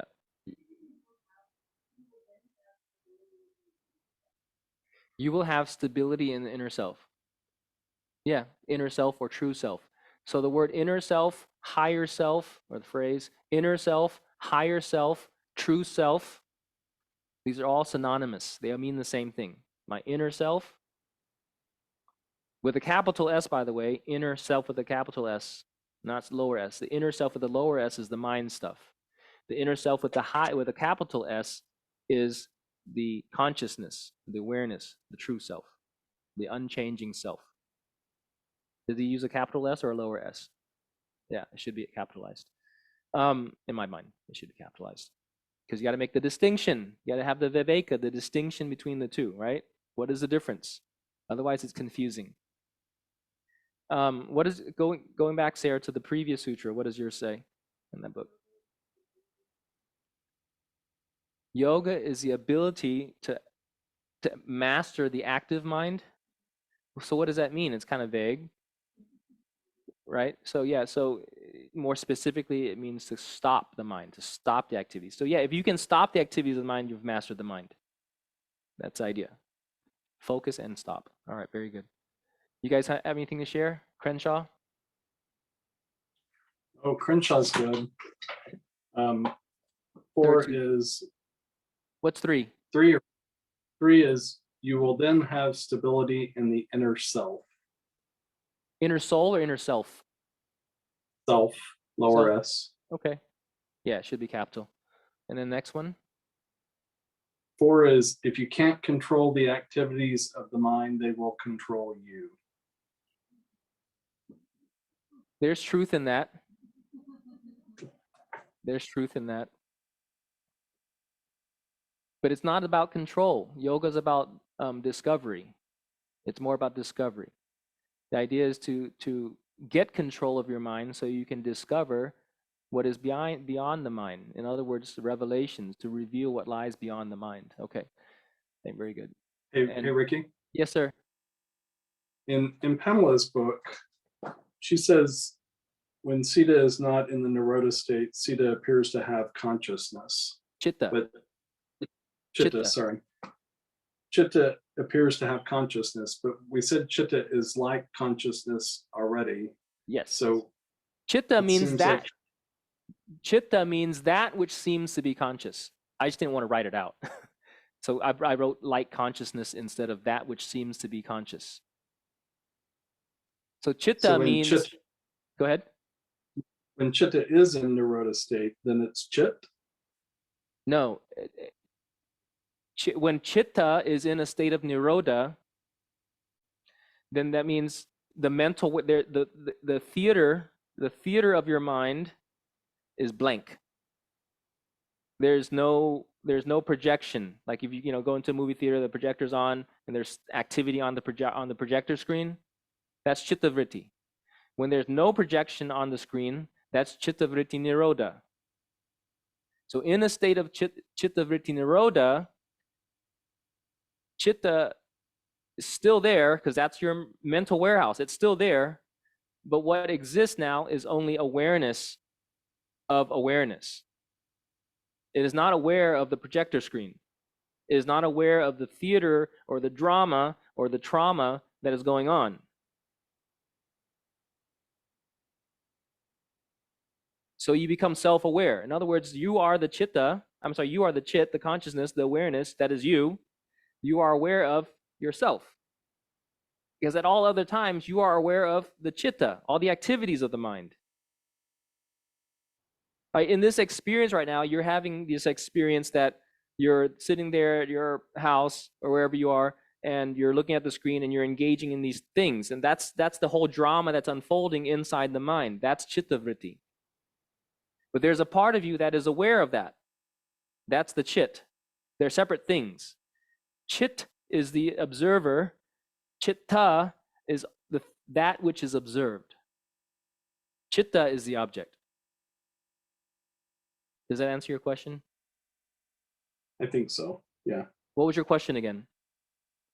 I just, it seemed contradictory when she said when Chitta is not in Nirodha state, Chitta appears to have consciousness. Yes, we think the mind is conscious. What she's saying is we think the mind is conscious. That's why he calls it chitta, that which seems to be aware, that which seems to be conscious. Chitta means that which Okay. seems to be chit. It's like chit. It's like consciousness. Chitta is not chit. They're two different things. But even when chitta is in Nirodha, it's still not chit. It's not chit. It's just in a state of Nirodha. It's just quiet. Okay. The mind, once, in other words, when the mind is quiet, it's not aware just because it's quiet. Got it. Yeah. Good question. Y'all with me? Okay. So the first 4 sutras give you all of yoga. Quiet your mind, realize thyself. Be still and know, I am that I am. It's the same thing. Chitta vritti nirodha, be still and know, I am that I am. Yes.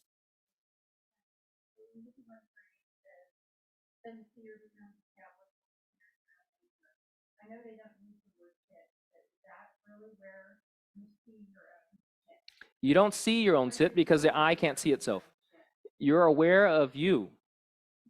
Yes, you'll become self-aware. Yes, the answer is yes. But but I'm not sure the words align. Yeah, but yes, you become aware of you.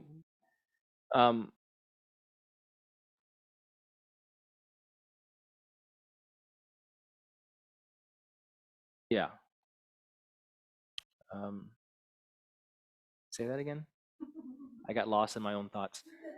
I think I understand. So I think what I asked is that when it says see your own nature, say your true self, Right.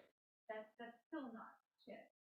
Yes, your true nature is chit. Okay, so then that, okay, so the answer is yes. Okay. Yes. So when you become still and your chitta is in the state of nirodha, Yes. you can become Self-aware. You become self-aware, but since this is a lead word, then I'm aware of my own. Or no, am I No, yes, and yes, but I'm trying to be. I want you to understand though, because yeah, you become. See, I'm trying to fit a word where it doesn't belong. no, well, it's hard because when I say it's not. When I say my awareness, I'm still outside of me because I am awareness. So I can't. How am I? When I, like, I can talk about my hand because I'm not my hand because that's an object. But but awareness, I am awareness. I am aware. I am awake. You are too. Everyone here is awake. Might not have not awoken to the self yet, but you're awake. So what are you? So then, what are you aware of? So I'm aware of my body. I'm aware of my mind, but I'm not aware of my own awareness. So it's a misnomer to say my awareness.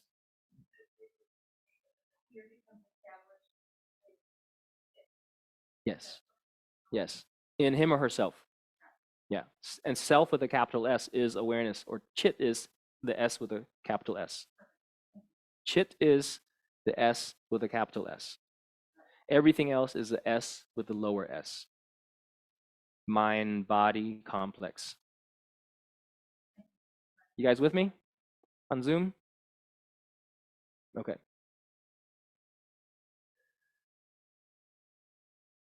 Now it's a tough subject, you guys. This is not something that people talk about. Our friends didn't talk about it growing up. Our parents most certainly didn't. Our educators, our employers, you know. It's a different paradigm. Okay.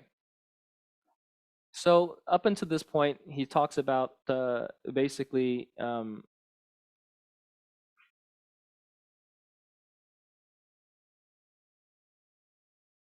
well, it's really important these 4 sutras, but let's not stay here. Let's move forward. So the next set of sutras talks about well, let's just go to it. So the 5th sutra, Vritya Panchataya Klishta Klishtaha. Vritaya again is vritti, the activities referring to the vrittis. Pancha means 5. Vritaya pancha. Taya is a grammatical ending. Klishta and aklishtaha are means pain and non-pain. Klishta means pain. Aklishta means not pain. So Vritaya Panchataya Klishta Klishta. Everyone say Vritaya. Vritaya Panja, Panja, Taya, Taya, Klishta, Klishta, Aklishtaha, Aklishtaha, Vrittaya Panjataya Klishta, Klishtaha, Vrittaya Panjataya Klishta, Klishtaha. There are 5 activities of the mind that causes pain and doesn't cause pain. There are 5 activities of the mind. There, or you can, I guess, say there are 5 projections of the mind, or 5 tendencies of the mind. No, 5 turnings of the mind. I think activities is most accurate. These are different types of activities of the mind. So basically, he groups them into 5 classes, 5 groups that causes pain and doesn't cause pain. Let's examine the next sutra. So the next sutra, he just lists them. Pramana viparyayo vikalpa nidra smrutayaha. I'm sorry, let's go back to the 5. What does your book say, Sarah?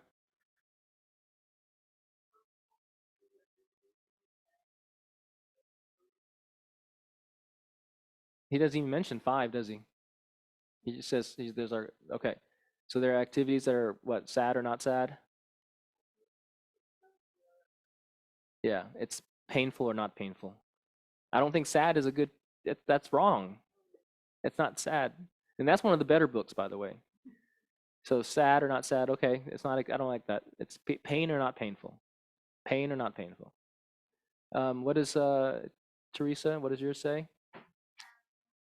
Satchitananda's? What, any?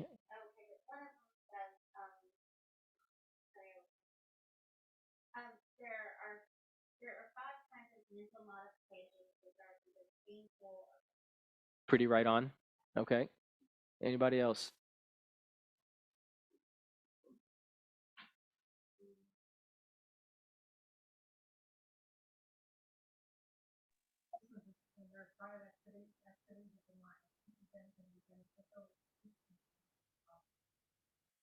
That's not, and that's Krishna. That's either okay. So that book right there, The Heart of Yoga, is written by Mark Whitwell. He's a Kiwi from New Zealand, and written, and also Deskachar. Deskachar is the son of Krishnamacharya, who's my teacher's contemporary. So I don't know where that loss in translation happened, but there's nothing here that says that it's beneficial. Klishta and aklishta clearly means painful or not painful. But it's interesting how they can translate that and comment. Okay, what else? Yep. Afflicting what? Afflicting pain or not afflicting pain? Yeah. Klishta means, yeah. Yeah. That's klesha actually. Is it klesha or klishta? Klesha means affliction.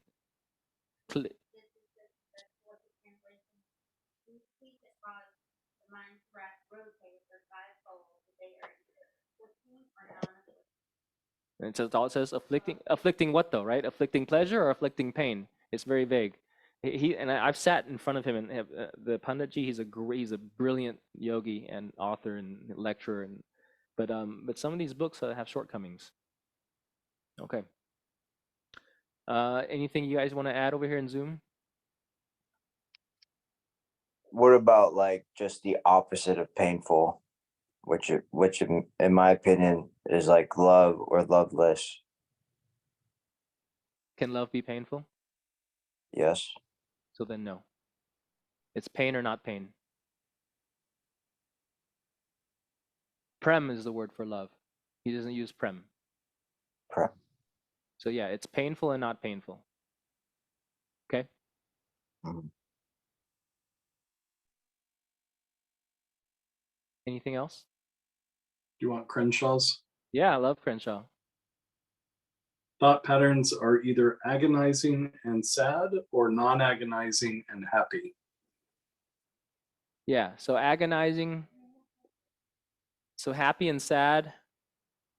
Yeah, a little lost in translation there as well. This is sad is different. Sad is like depression, right? And um, yeah, that's going off. Anyways, yeah, I don't agree with that. But agonizing and non-agonizing, I agree with. Painful and non-painful. Klishta, aklishta. In the second chapter, we see the word klishta or klesha. Klesha means afflictions. Klishta means pain.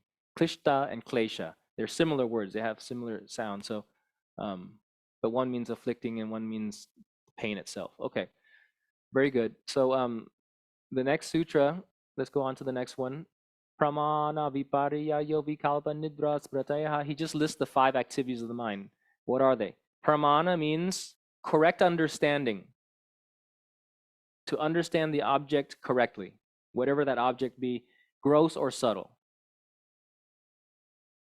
Pramana. Pramana, correct knowledge, correct understanding, correct cognition. These are different words you might see in books. And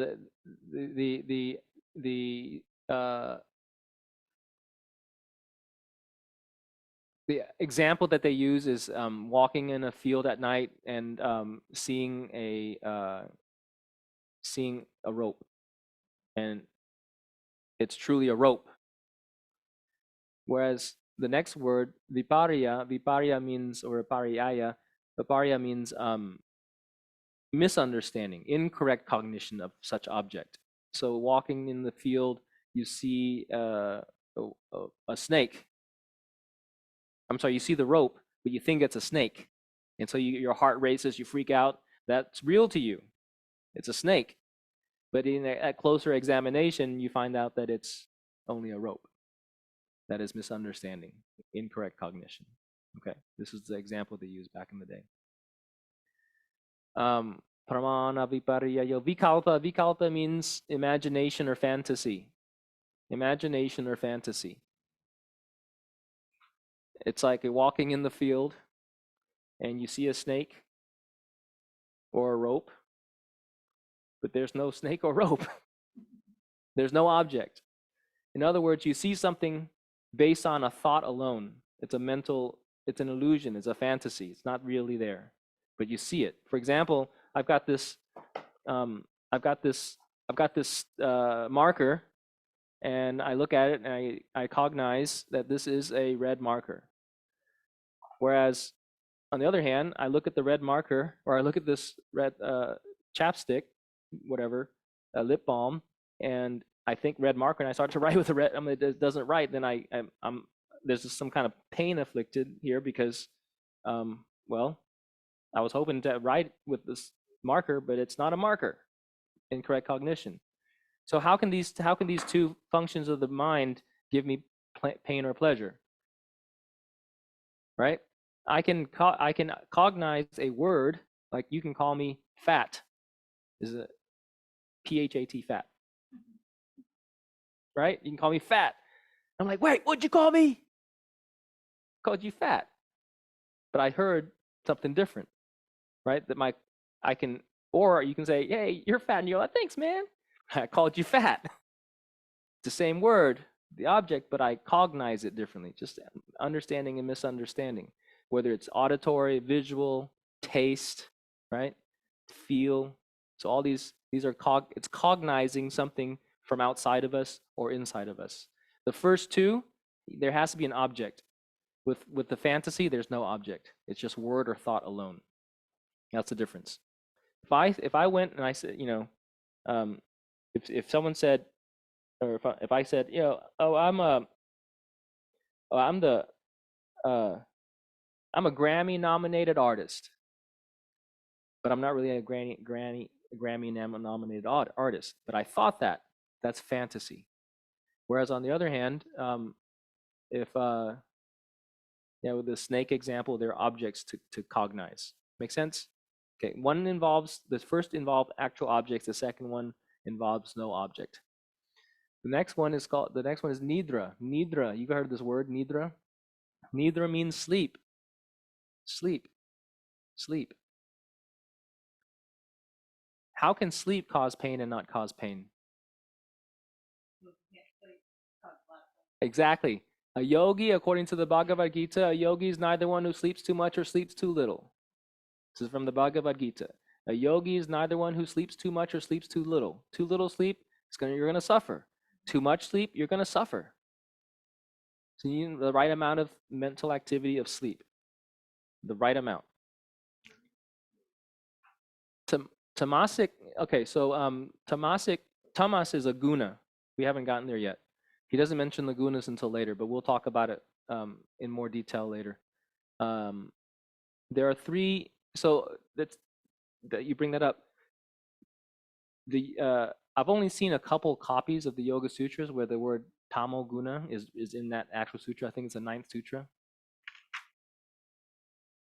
Are you jumping ahead?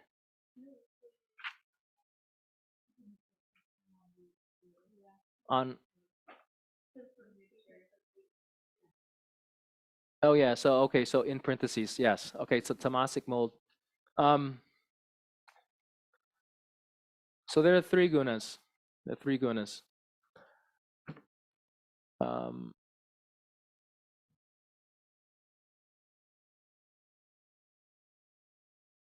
Under the drive, where is the drive? Okay, this is the drive. Under the drive, there is in the training materials, in the handouts, there is the gunas.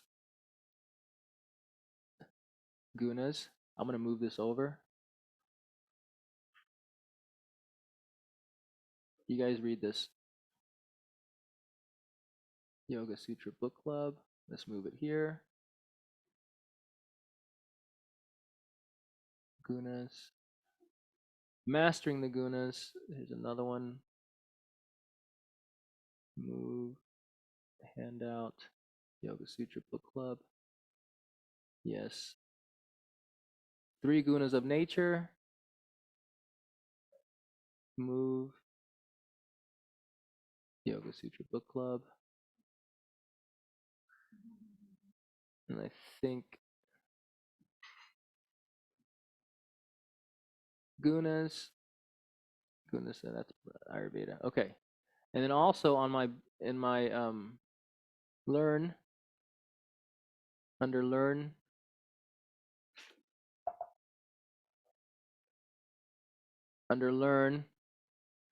there's the 3 gunas.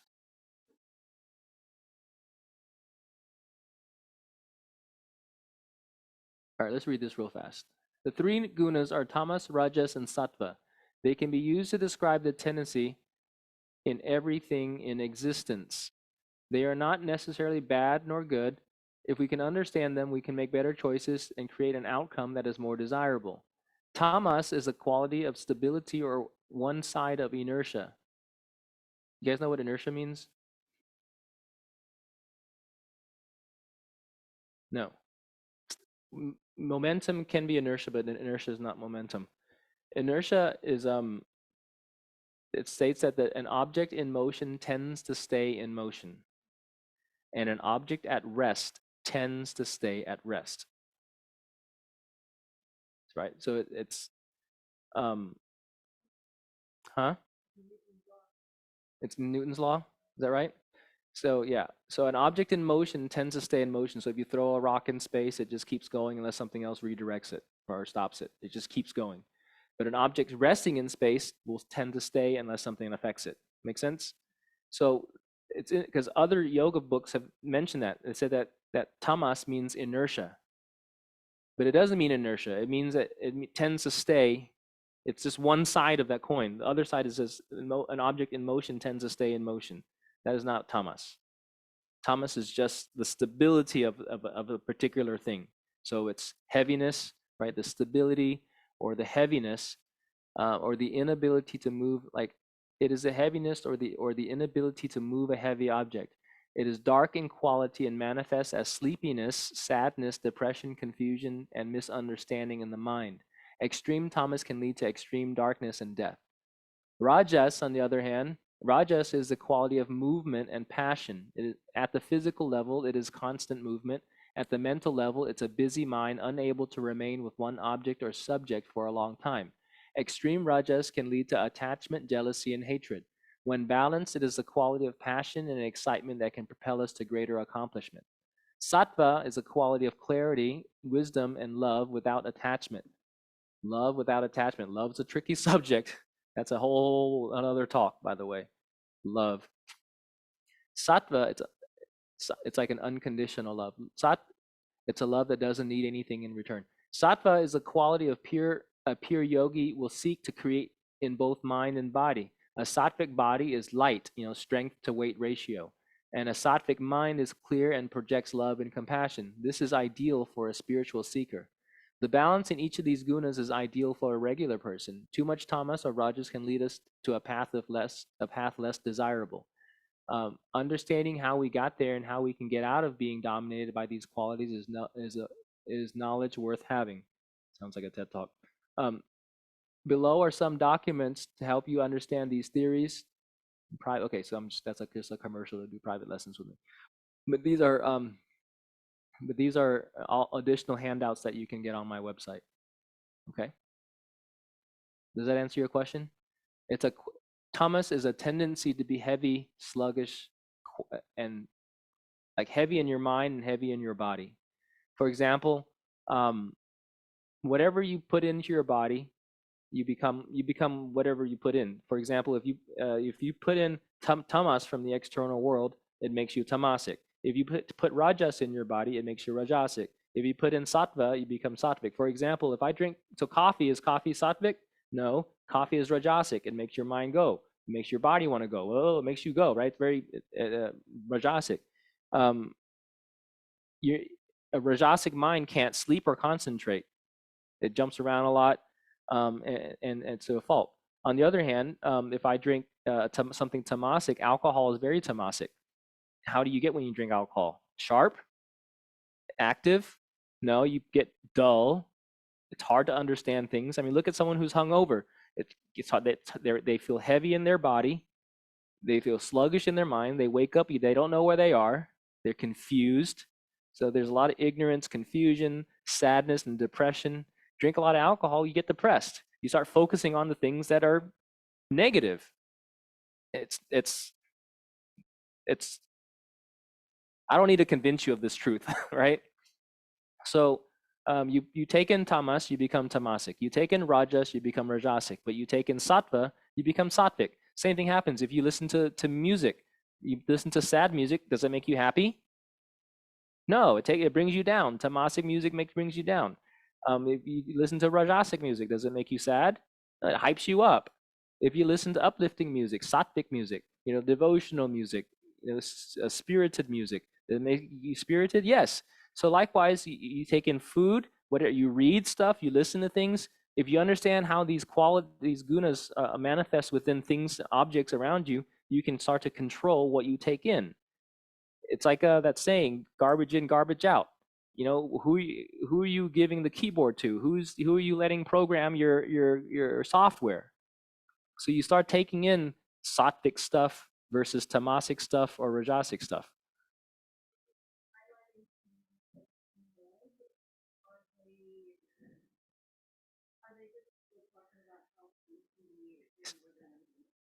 No, sleep. He's saying that sleep is tamasic by nature.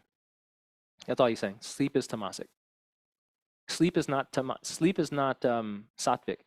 This is important when we get into yoga nidra later, because yoga nidra is not the same as ordinary nidra. Here he's talking about ordinary nidra, ordinary sleep. Yoga nidra is a completely different practice. Yoga nidra is sattvic. So ordinary nidra is tamasic. So he's clarifying here up front. Does that make sense? Clear as mud. Okay. Dang, we are way over. Sorry, you guys. We should have ended at what time? Oh no, we're ending at 9, right? 7? No, 8:30. We're 30 minutes over. So let's go ahead and end it right there. We'll come back. Oh wait, no, let's end the sutra. So nidra is sleep. Smritayaha. Star, go take a shower, please. And then I'll make you food after everyone leaves. So smriti right here. This is the word smriti again, memory. Smriti means memory. No. Smriti means memory. So I'm just gonna go through and I think we're gonna end on 11 actually, ending on 11 because I'm explaining because these next few sutras explain what these are and I've already explained them. So smritayaha means memory. Memory is an experience that you've had that you can recall. It's real simple. It's an experience you've had and you can recall it. So let's go back to pramana real fast. Pramana means correct cognition. Correct cognition, so correctly understanding an object can be attained 3 ways. 3 ways. How can I understand something correctly? I can understand something correctly by having a direct experience. I can have the experience myself, right? I can go ride a bike and have that experience of riding the bike. I can also read about it. I can read about riding a bike.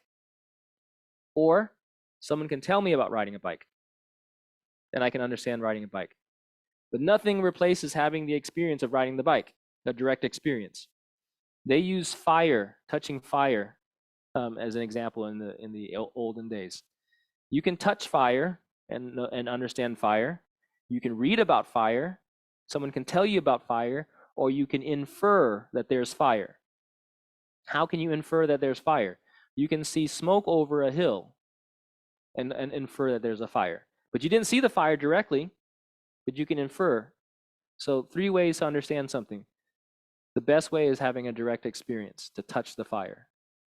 Some of us are like that, right? Don't go there, it's dangerous. Don't do it. But then we have to do it and we have to learn the hard way. Many of us, isn't it? Is that true? And then Viparya is Viparya, he uses the word mit, no 1-8. He uses the word mitya. Viparyayo mitya jnanam tadat atadra Viparyayo mitya jnanam atadrupa atad. My brain is not working. Viparyayo mitya jnanam atadrupa pratishtam. Viparyayo is an understanding. I'm sorry, a misunderstanding. Mitya means myth. What is a myth? Myth means lie. Mit means lie. Mitya means lie. Mitya means lie. Myth is not something that's untrue. Jnana means sort of an understanding. So misunderstanding is something that's wrong. It's not correct. And then again, then the next one, vikalpa is imagination. Shabda means word or sound. So an understanding based on a word or sound alone. And then finally, the last one is nidra. I'm sorry, not the last one. Nidra is a abhava. He mentions abhava means a non-existent. When you were in your sleep, you guys, when you dream, you're still there. You had an experience. The dreamer had the experience. But in your sleep, there's no sleeper, is there? There's no experience in your sleep. In your wake state, there's you having the experience. I'm conscious of this here and now. In my dream state, there's also a projection of me and I am having an experience that you can recall in your dream. It's still an experience. But in your sleep state, there's none of that. There's no, you cease to exist in your sleep, right? You completely cease to exist. So that's what he calls that abhava, non-existence. And it's a tamasic mold. It's like a veil of tamas, a veil of perception, right? It's like you have no perception. There's absolutely no perception within sleep, nidra. The difference is in yoga nidra, there's still an awareness. You're not asleep in yoga nidra. All right, so then and smritihi, a memory is an object, an experience in the past that's not erasing, so something that you can recall. So those are the 5 activities that can give you pain or no pain. You can have all those 5 activities can give you pain or no pain. You can imagine something, it can cause pain, and you can imagine something else and it won't cause pain. You can sleep, you can remember, right? You can remember something bad, you can remember something good, something favorable, unfavorable, painful, unpainful, and it all creates an emotion. It's important to understand these 5 vrittis. I want you guys to contemplate, meditate on these activities. And anytime you're having an experience, see if you can classify it in your wake state. Because when you get into meditation, you're going to do the same thing. In your meditation, you're going to go, oh, was that me having an experience of an object outside of me through my senses? Or am I having an experience of imagination? Or am I remembering something in my meditation? Because if you're having any of these 5 activities in your meditation, you're not meditating. At least at the samadhi level. At a samadhi level, none of these are happening. You see? It's nirodha. You're not having any of these activities. You're not having an experience that is correct. You're not having an experience that's incorrect. You're not imagining something. What's an imagination? Projection into the future, fantasizing about something, seeing colors, that's an imagination. All these things, if that's happening, you're not meditating. If you're falling asleep, you're not meditating. If you're remembering the past, you're not meditating. Or at least not in samadhi. Samadhi transcends these 5 states of awareness. It's not awareness, there's states of awareness. Make sense? Samadhi transcends these things. That's why they talked about transcendental meditation. He coined it. Transcendental meditation to transcend the 5 activities of the mind. Because day in and day out, we have these activities. We wake up, we cognize correctly, incorrectly, we imagine something, we fantasize a little bit. Oh, we remember something. Oh, we fall asleep a little bit. We just kind of cycle through these chitta vrittis, these pancha vrittis, day in and day out. So it's very important to know these things. With that said, you guys, let's go ahead and close up shop. Didn't realize I'd gone over. I need a timekeeper next time, please. Let me know 15 minutes. Let me know. All right. Inhale.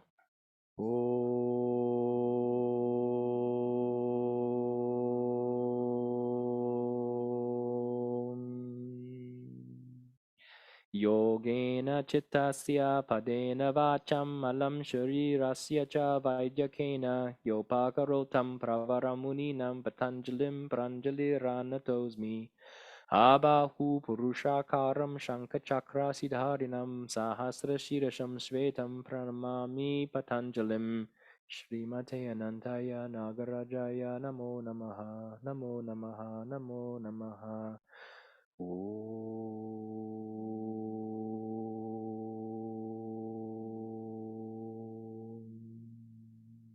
Thank you very much.